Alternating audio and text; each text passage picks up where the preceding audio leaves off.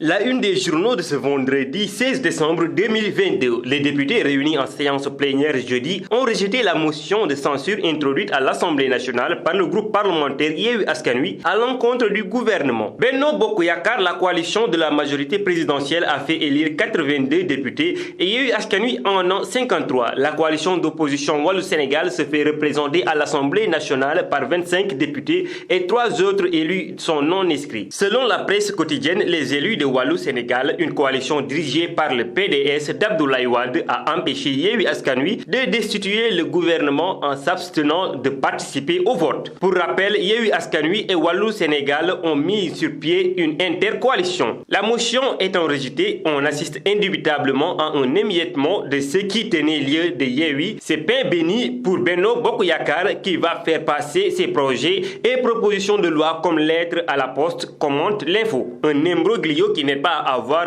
une bonne lisibilité du jeu politique, ajoute le journal. Selon Source A, les collègues du groupe Yewwi Askan Wi nous ont avisé de la motion de censure le jour même où nous devions la déposer. Nous estimons que ça ne marche pas comme ça. Le journal cite Mamadou Lamine Thiam, un membre du groupe parlementaire Liberté et Démocratie constitué des élus de Wallu Sénégal. Tribune soutient qu'Amadou Ba n'a dû son salut qu'à la posture républicaine du groupe parlementaire de la coalition Wallu Sénégal. Les résultats du vote de la motion de censure dans une chambre parlementaire où l'opposition et la majorité présidentielle sont presque à égalité de sièges fait croire à critique qu'Amadou Ba est un premier ministre très politique.